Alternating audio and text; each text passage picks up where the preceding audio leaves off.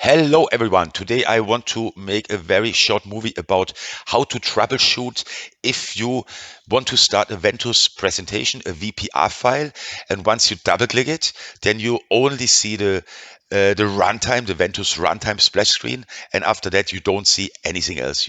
So basically you see the splash screen right now, but the application did not start, or at least it looks like it did not start. So it depends totally on your GPU, on your computer configuration, how many screens you have. The simple fix for that is you have to open your Ventuz launcher, like I do here. And then you have to navigate here to devices and then here to configuration. And if you installed Ventuz very fresh and new, then we don't have any device configuration in our Ventuz setup basically. So what you have to do, you simply have to create a new configuration here, then give it a simple name. Let's call it main screen. I have here, for example, 3 screens, and let's create that.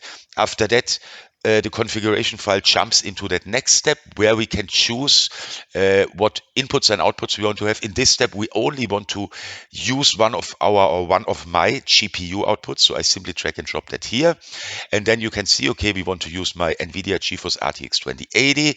And depending on how many screens you have connected to your GPU, you can select down here which one you want to choose. So in my case, I want to run it on my main screen. That's my LG Full HD, my LG 4K screen. So I simply select that, press add, and then I save it, I close it, and then also the Ventuz launcher asks me, hey, do you want to activate that? And then I simply click yes. And now let's do that again. Let me switch here to my main screen.